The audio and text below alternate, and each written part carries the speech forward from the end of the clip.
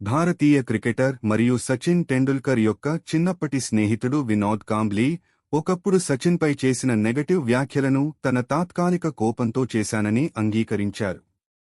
ఇటీవలిన ఒక ఇంటర్వ్యూలో కాంబ్లీ తన క్రికెట్ జీవితంలో తనకు సచిన్ ఎప్పుడూ సపోర్ట్ ఇచ్చారని చెప్పారు. సచిన్ తనకు 2 సార్లు శస్త్రచికిత్సలు చేయించుకున్నందుకు డబ్బు ఇచ్చారని, అలాగే క్రికెట్ ఎలా ఆడాలో కూడా ఆయన మార్గదర్శనంలో నేర్చుకున్నారని కాంబ్లీ పేర్కొన్నారు.